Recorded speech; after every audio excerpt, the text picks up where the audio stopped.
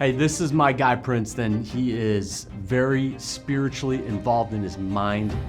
He takes people on a journey to correction. I'm excited about this episode, so get ready, get some wisdom, get your notepads, get a drink. And today we're gonna give you some fruit that's gonna help you water and nurture the root of you so that you can start getting the results that you desire to get. Anthony, I'm looking forward to it, brother. Hey man, I wanna kind of focus on the importance of being cognizant of your thoughts. I know you're really big on this. I started finding you on Instagram and I was sucked right in. It's one of the last things that I learned in my career was just being really in tune with like what I'm thinking about. Mm-hmm. So at first it was like, I started to realize like this kind of level of manifestation where I was like, I want to be in Arizona working. I want to be in this office. I want to be in this building. I want to have a team of people. I want to see the mountains from my bedroom in my shower, and all of it came real. Mm-hmm. It was crazy, almost to the point where it was like kind of scary. Right. Then I started to think, I wonder how many negative things are happening in my life because I'm thinking about that you know. Mm-hmm. So just talk to me, man. Oh man, I can tell you. I mean, number one, we already understand that where our focus goes, our energy flows. You know, whatever we put our attention on or our intention behind, we're going to create that. You know, and a lot of the times it's easy to focus on the positive things, but I think when it comes to growth and we are trying to create a specific outcome, people are so busy focusing on the positive things that they don't stop to focus on those little intricate areas that need growth or need development. And so it's kind of like they experience that taking 10 steps forward, get knocked 20 steps back. It's because you took the steps forward, you had progress, or you had the advancement of the process, but you weren't progressing. It's like Tony Robbins always says, you get shit done, but you don't create progress.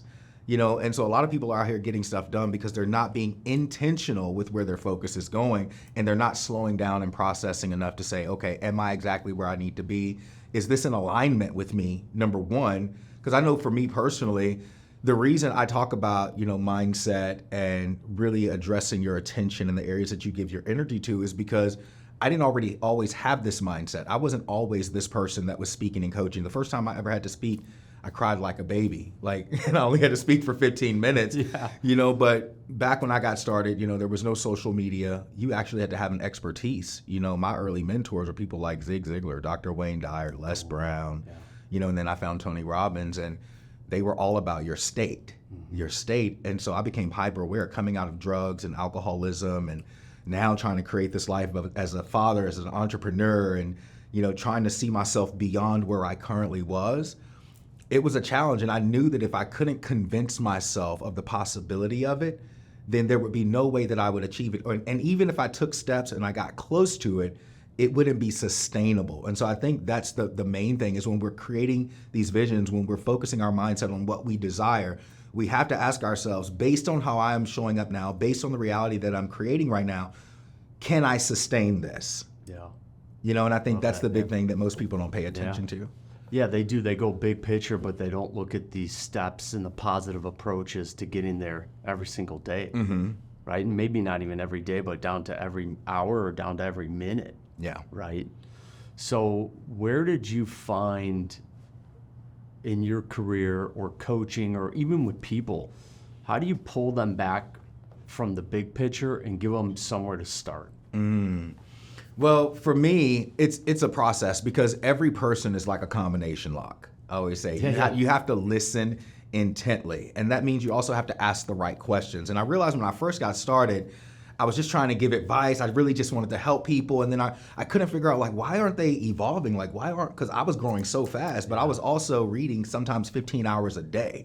I was absorbing the information and embodying the information because I really wanted it. I didn't want to be one-dimensional in any skill that I was developing. I wanted to be multidimensional. I wanted to be able to hit it from any angle. So when I started working with clients, it was important to me to sit them down and really get clear with what their true desire was. You know, and so asking something as simple as, everybody wants to make money, right? What is your reason for wanting to make the money that you want to make?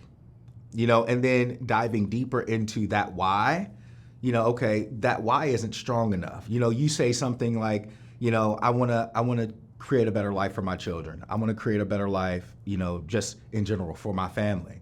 Okay, that can't be your why. And the reason I say that is because a strong why isn't something that can be taken from you. Got it.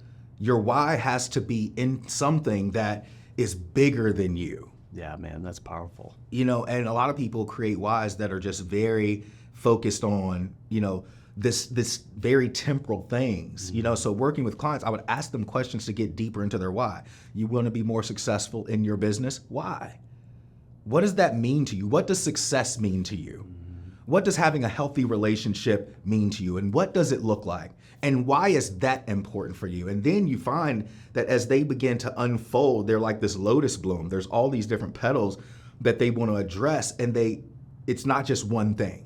You're addressing and saying you want to create this to solve what you call a problem when really that problem isn't a problem at all. It's a symptom of a problem. For sure. Yeah. So, my mind's spinning while you're talking. I love all this.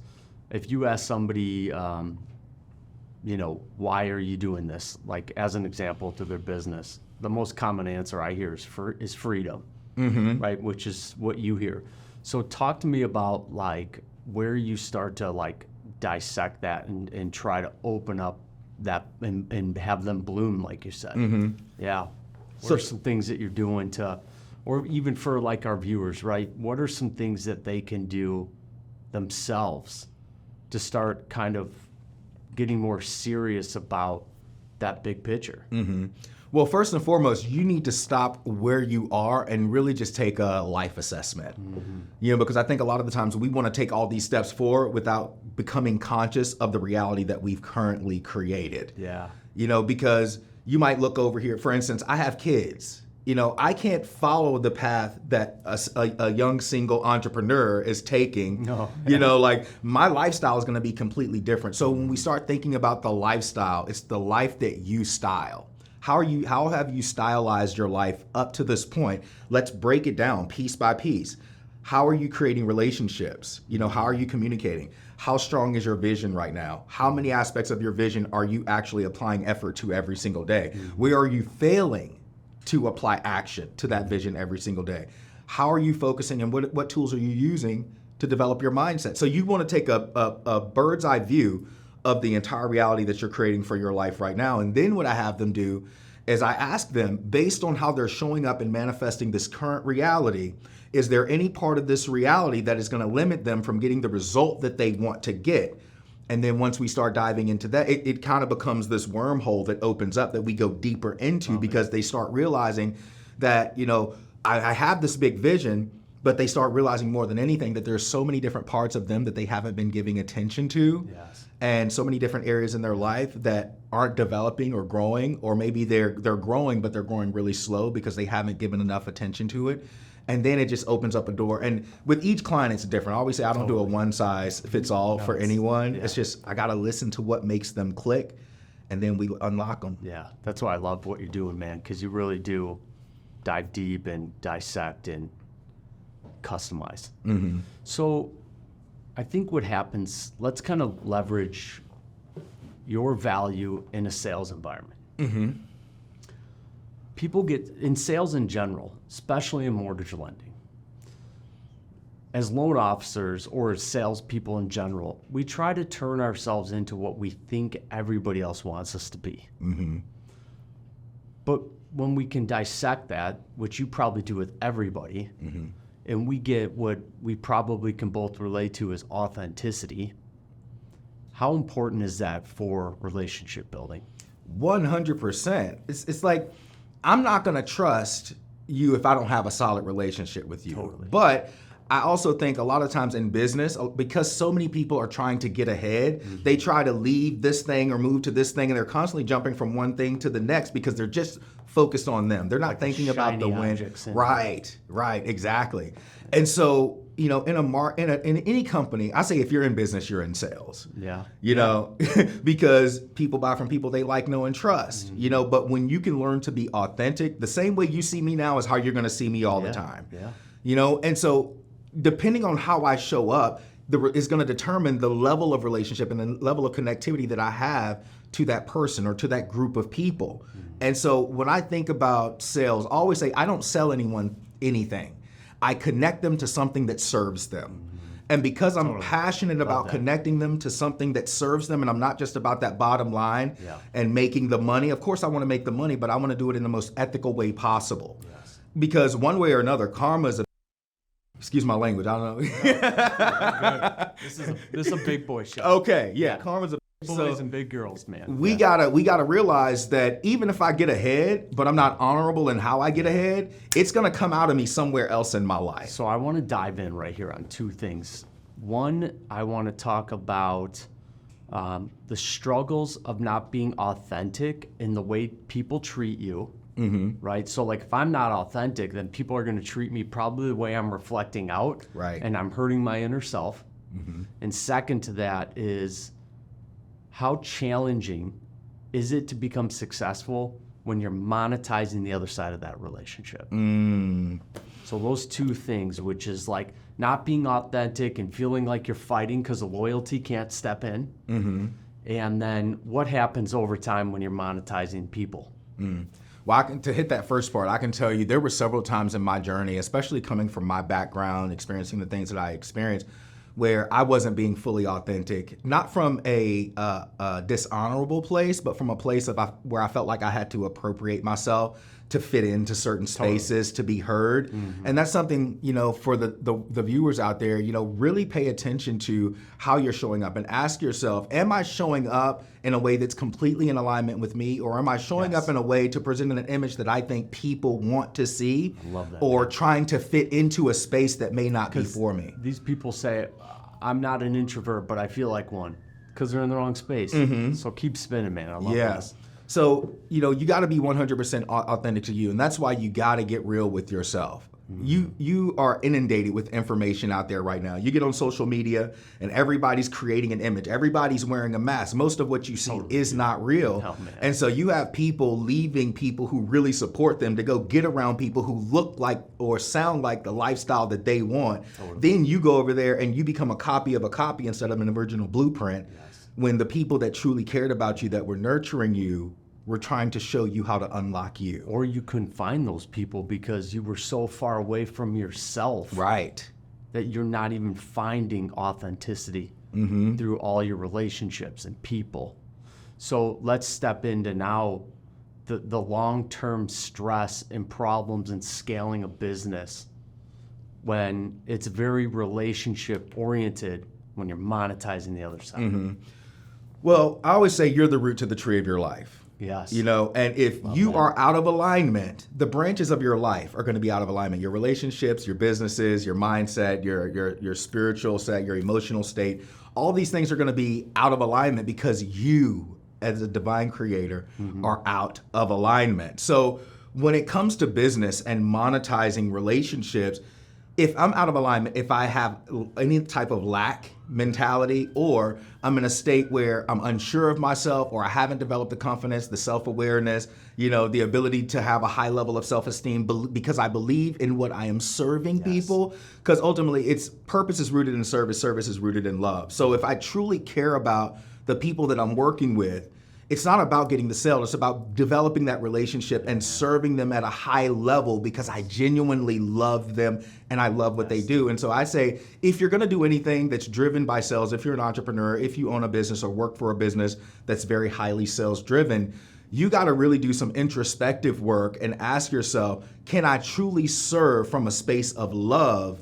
Because if I'm not truly serving from a space of love, this might not be the thing, because you'll go into it and what happens is, even if you start getting successful, you're always in a state of competition, like the negative idea of competition, trying to be better than this person or that person. Keep up. Instead of the original form of the word, which means to compete together, to work together, to thrive together, that win-win.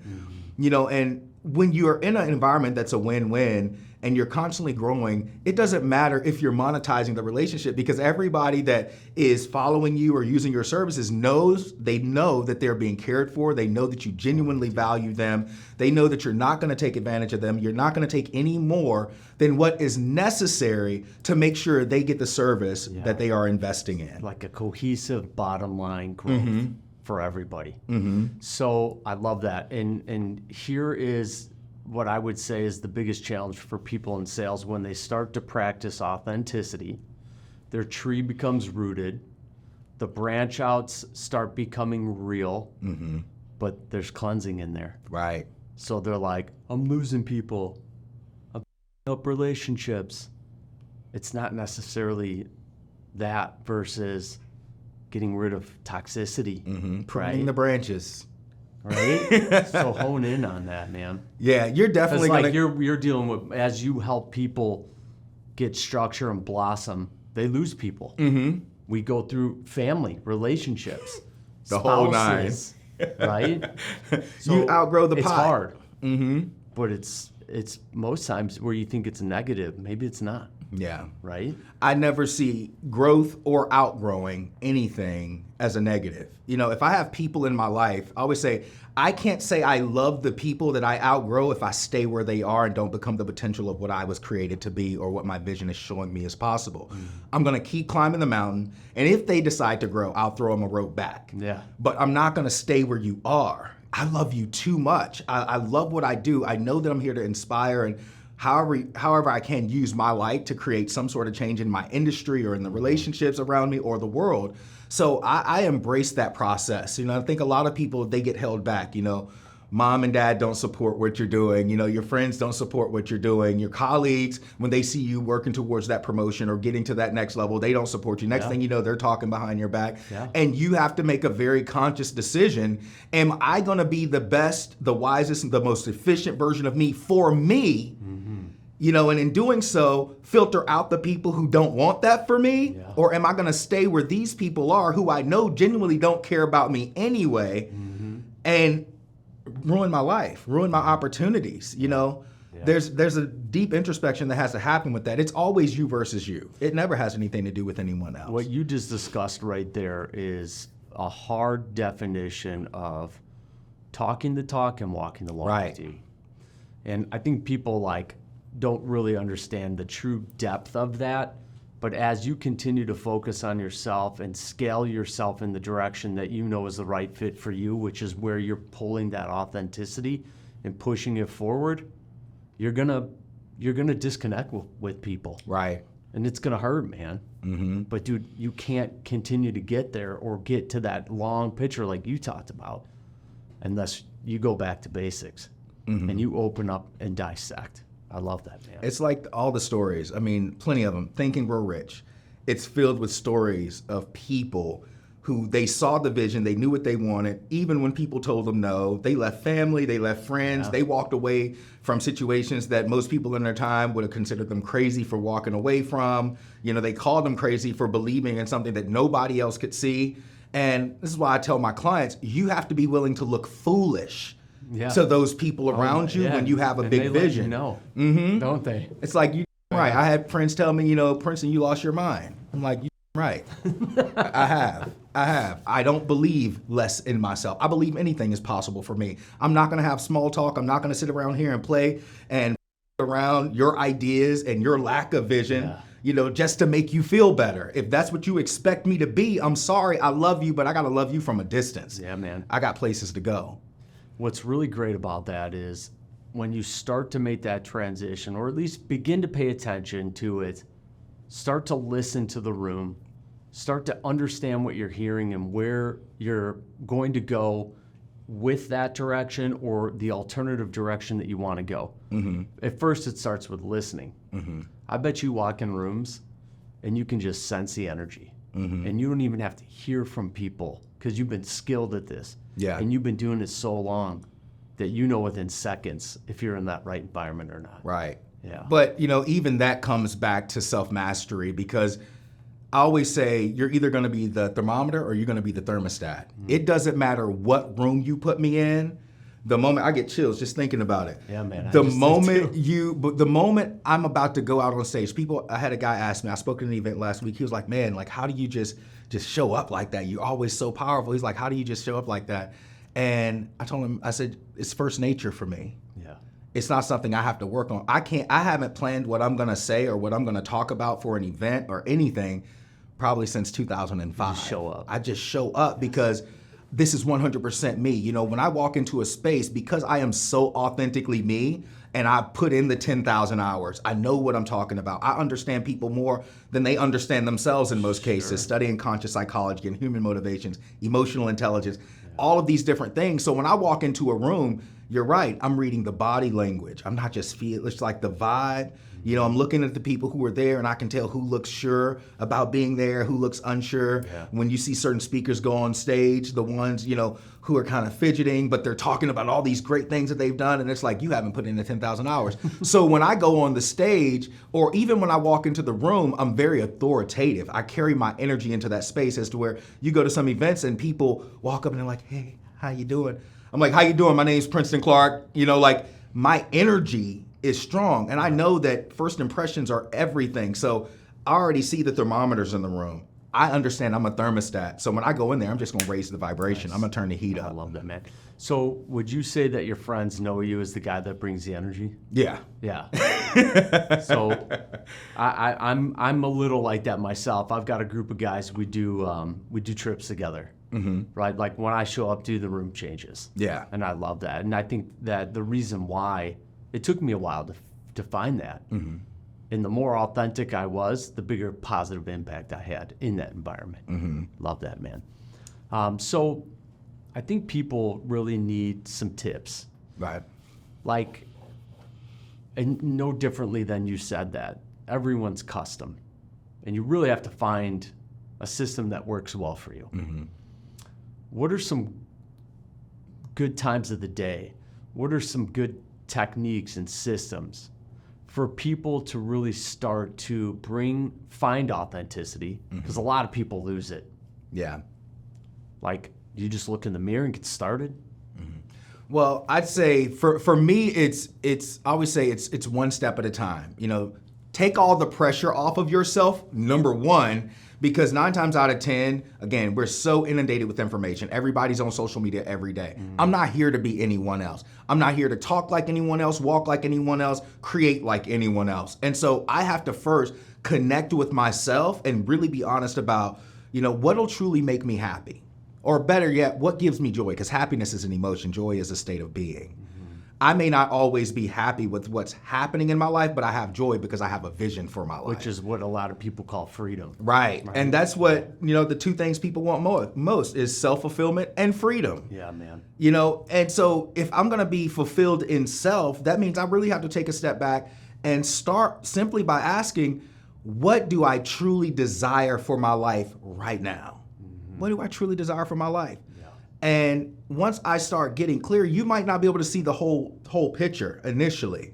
But if you could do one thing, maybe you're not healthy right now, you know, or maybe you're not putting in, you know, that 20 to 30 hours, you know, in a day or 2 days, calling the people, you know, doing those follow-ups. Yeah. You got a list of all these people you can call. Your company, your business isn't growing. You're not generating revenue, but then you spend 3 hours on social media in the morning. Yeah. No, stop. Get clear with yourself. Be honest with where you're bullshitting yourself and you're not doing the work, and be honest enough to say, I don't love me. I'm not loving me, and that's why I'm not getting the result. It's not the external, the external stuff that's stopping you. It's the internal stuff. Yeah. You don't love you. You don't respect yourself. You don't respect the gifts and the opportunities you've been given. You don't have a sense of urgency about your life. You live every day like tomorrow is promised, and as a result, you're not showing up with a state of urgency that's going to get the result. And this is why I always say self-mastery starts with self-love. Yeah. If I'm not connecting with the right people, I don't have the right relationships, my revenue isn't growing because I'm not generating the right connections through my business, it's because ultimately I don't love myself. And as a result of not loving myself, I don't trust myself. As a result of not trusting myself, I'm not consistent. As a result of not being consistent, now I'm getting frustrated, and now I'm getting agitated. And now instead of paying attention to what I'm doing, my ego comes in and starts pointing the finger. Well, these people won't help me. This isn't showing up. You don't know how hard it is. No, I understand how hard it is, but the hardest thing you will ever do is face yourself and say, the reason I am not getting the results is because I am not showing up. And if you don't show up, don't complain about the results you don't get from the work you don't do. Oh, yeah. So get focused. What are the things that you're looking at right now that you are not creating the fruit, or the areas that you're not creating the fruit in? And then ask yourself, what are the steps that I can take right now? Just one step. Don't even say steps. What's one step that I can take today to move the needle? Yeah. One step. Write out 5 things. Look at each area of your life: relationships, health, wealth, mental state, emotional state. Look at each one of those areas and ask yourself, how can I become 1% better today? Totally. 1% better today. So let's go over those 5 again, dude. So relationships, Yep. business, mental state, emotional state, spiritual state. So let's start with relationships. What percentage of that, if not all of it, is almost cleansing versus trying to leverage your authenticity to fix? I say move, when it comes to relationships, move out of a state of feeling like you have to fix it, and realize that in order to fix relationships, you got to fix yourself. Because in any type of relationship, be it personal or professional, you're always the common denominator. And either you are allowing certain things or teaching certain things. Either I'm going to allow you to treat me a certain way, or I'm going to teach you how to treat me by how I show up. That's right. And so again, it all comes back to self. And I'm if the they root. don't see the way you're teaching them how you want to be respected, then you got to move on. Yeah, and in some cases, you teach them how to disrespect you by letting stuff go 100%, and being passive aggressive 100%. and acting like everything's cool when it's not. I set a standard. If I walk into a space, if you disrespect me, I have no problem looking you dead in the eye and letting you know how I feel in a way that's respectful. And I'll even say, I don't know what's going on in your life right now, but I love you enough to exit your presence right now so you can go figure it out. That's a nice you. Yeah. So let's talk about next. Business. You said business. Yeah.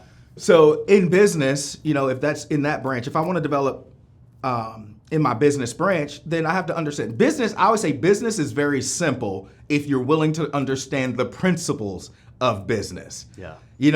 It's all about relationships. Well, and that's hard. Thank you, because people think business is business, but it's actually honing your personal world into the business world. Right. That's business, dude. Right. So please. Yeah. So even if you talk about relationships, it's like the saying, how you do one thing is how you do everything. Yeah. And so first off, the relationship with myself First. is first. Yes. And then I start looking at and analyzing and shifting how I respond to other people, the personal relationships in my life.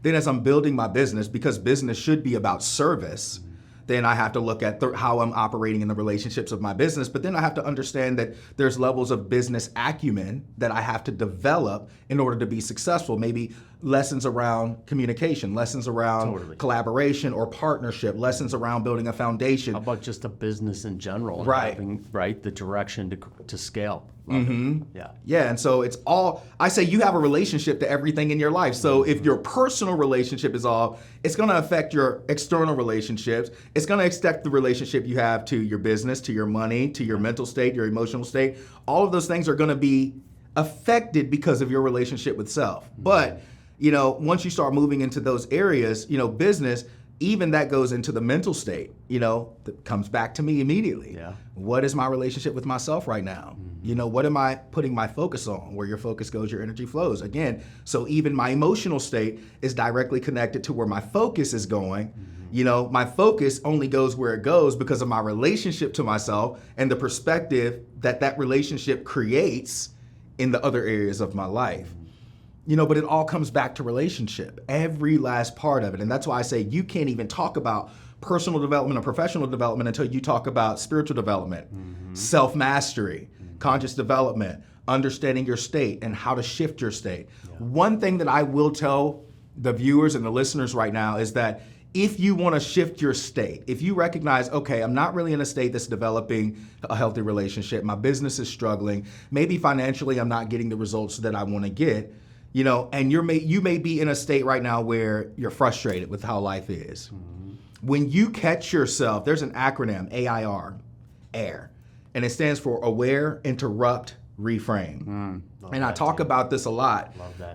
It's like when I become aware, and this is why, again, self-mastery, I have to be aware of where my focus is going. I have to be aware of where my state is. You're only ever flowing in one of two states, fear or love. If I am in a low vibratory state, I'm in a state of fear for whatever reason. And so when I feel that, and I know that I'm just down right now, I got to interrupt that.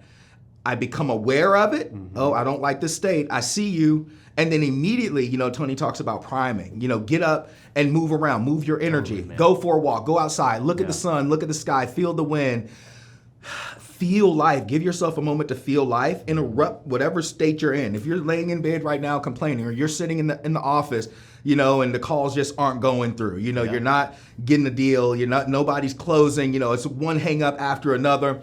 Take some time, step away from it, interrupt that feeling, and then reframe it. Instead of thinking, man, nobody's gonna buy anything today, or the resolution for this relationship getting better isn't gonna come through. No, I'm gonna get away from that, and then I'm gonna reframe it, and I'm gonna say, I have the power to manifest whatever I want to manifest in my life. I am now shifting the environment. I call forth the energy to be the most powerful version of me in this state right now. And Tony calls that incantation, because a lot of people have affirmations, but affirmations and incantations are two completely different things. An affirmation is, I am happy, I am healthy, I am wise. You can write it down, you can put it on a Post-it note, whatever. But then an incantation is when you say it like you own it. You say it till you feel it in your body. Yeah. I don't just reframe by saying something positive. I reframe by getting myself into a state of remembering that I am a powerful divine creator. This moment does not dictate my state to me. I dictate this moment state to it. It's like re-shocking the system. Right. Nice, dude. Right. So get aware, take a breath. I would say that that's probably the best place for people then who aren't as skilled as you are to start. Right. Very simple. Start with air. Just breathe and think about it. Breathe. Yeah. In the Bible, the word spirit, everybody uses the word spirit, but the word spirit in the Bible is ruha, and it means breath. Mm-hmm. When you take your last, or when you leave your body, what did they say happened? You took your last breath. You are the breath of the body. I had a meditation once, and it came to me, you are the breath of the body. With every breath, you become something new. The breath is the paint, the body is the brush, the world is your canvas. No matter what you do in this life, you are creating a masterpiece with each breath. Yeah. Now, whether you call it beautiful or you call it ugly, it's still your masterpiece. It is. And so get present, take a breath when you feel yourself because when we're stressed out, when we're anxious and frustrated, we're usually breathing very shallow and we're frustrated, or fast and shallow. But in that moment, when you take a breath, think about, if I'm going to interrupt this, I need to get up and I need to breathe. I need to open my arms, even if that's all you can do at that moment. You may not want to go outside. Maybe get up and just open up your arms. And Tony does this thing where he says, I want you to open your arms and you close your arms like this. And you put a big smile on your face. He said, I dare you to try to feel angry now. Yeah. Try to feel angry while you're smiling, like you can't do it. Yeah. But it's just little things like that. I'm going to interrupt this state because I love myself too much to stay negative. Yes, I love myself too much to complain, because ultimately there's an infinite number of possibilities in front of me that I can tap into based on how I choose to speak, think, and respond to my life. And I'm taking my power back. And you have to understand those infinite opportunities in front of you, and you need to pick a route that's good for you and keep going, man. Mm-hmm. And that's where the goal setting comes in. A lot of people get stuck. If you're out there and you want to level up your business, or maybe you want to buy a house, maybe you want to start investing in properties, maybe you want to scale your portfolio. Whatever it is, you got to set goals for what that looks like. But when I say setting goals, and I talk about this all the time too, don't just write the goal down.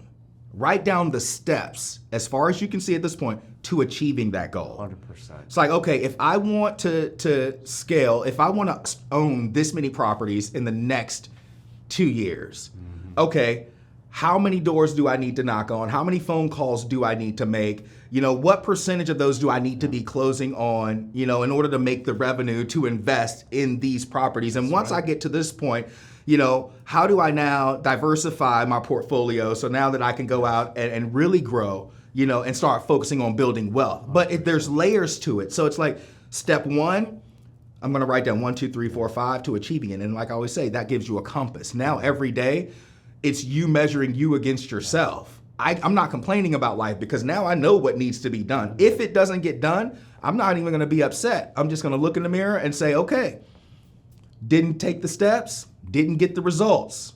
It's on you. We teach key performance indicators in the course, which is you watching your measuring mechanisms to success. Right. and you'll find burnout. So like as an example, when you're building relationships with people, I teach the guys and gals in my course to grow within 7 different segments. Not 8, not 6. 8's too many. 8 brings in the wrong people into the business. 6 isn't enough. But we focus on key performance indicators because just like our flow state, markets flow. Mm-hmm. And we need to know where we need to invest our energy to scale. So many loan officers right now are chasing real estate agents as an example. And they just don't have the business right now. So you're becoming more of a nuisance than you are of somebody that can be beneficial to their self-growth or their business growth. Mm-hmm. But there are other industries like financial advisors right now that don't want people paying cash for things, and they're a really good source of business. So when you watch those key performance indicators and you have those measuring mechanisms that you talk about, they're wildly important for understanding where your energy and time need to flow for measurable success. Right. And so many people focus on dollars and closings as being the measurement to their success. And we talked a little bit about this when you walked in. We've got 30 days in a month. You need to be winning every single day. If you're measuring your success based on how many loans you brought in the door and how many loans you've closed, and you only closed 10 deals, well, then you just failed 66% of the month. Mm-hmm. So we take a shift away from monetizing what we think is the tool for our success, away from fundings and units, and we focus on incremental wins every single day, which is what you're preaching. Mm-hmm. So do you love reading? I love reading. What's a book for people to start with? What's the one book that you can just, you think about all the time and you know it's a great place for people to start? One of my favorite book. Yeah, I have 2 books. All right. Yeah. So it better be one of those, man. Yeah, I definitely want them. I think that's the better place. Yeah, if you want, when you focus on self-mastery, if that's the area, which you are the root to the tree, if you're focusing on self-mastery, my first book, international bestseller, book sold, by the way, not 99-cent ebook sold so that I could get bestseller on Amazon, hard copy sold. Good for you, man. Awakening Your Inner Master, The Journey of Self-Mastery, Yeah. On Amazon or Barnes & Noble. That book, I break down mind, body, soul, because you always hear people say, get into alignment with your mind, body, and soul, and it's like, what the hell does that even mean? Yes. It's so esoteric, but it's like, I break down, the book is broken up into 3 sections: mind, body, soul. And so there's also a journal at the back of it. So it's one of those books, you take it around, you can write when things pop up into your mind. Instead of scribbling all over the page, you can write in the back. And there's also prompts, or thoughts for the day back there, but it all starts with you. And outside of that, another book that I love, Don Miguel Ruiz, he has the 4 Agreements. But he wrote this book. It's called The Mastery of Love. One of my most recommended books outside of my own. Okay. Because until you learn to master love and understand love at its root and how to implement that in your life, you're always going to be looking around. It's always going to feel like something is missing. If I want to feel fulfilled and I want to feel free, then I need to find the love in me. I need to find the love that I am creating from. Otherwise, the fear that I am creating from is going to perpetuate itself. Love that, man. All right, so if you're in my course, you're going to automatically get a copy of his book. I need about 35 right now. Okay. So I'll get on and order those. Okay. And I'll get those right to my guys. I Awesome. appreciate it, dude. Hey, appreciate you, man. Thanks for having me. Love it.